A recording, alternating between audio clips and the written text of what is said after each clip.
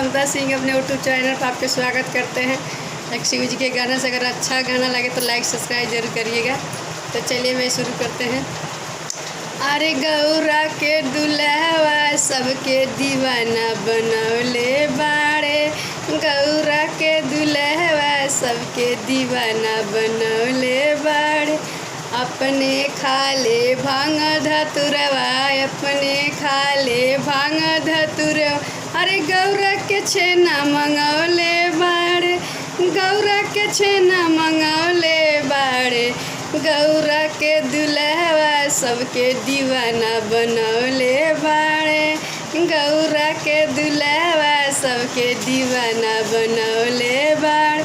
अपने रहे टूटही मड़ैया, अपने रहस टूटही मड़ैया। अरे गौरा के महल बनौले बाड़े, अरे गौरा के महल बनौले बाड़े। गौरा के दुल्हवा सबके दीवाना बनौले बाड़े, गौरा के दुल्हवा सबके दीवाना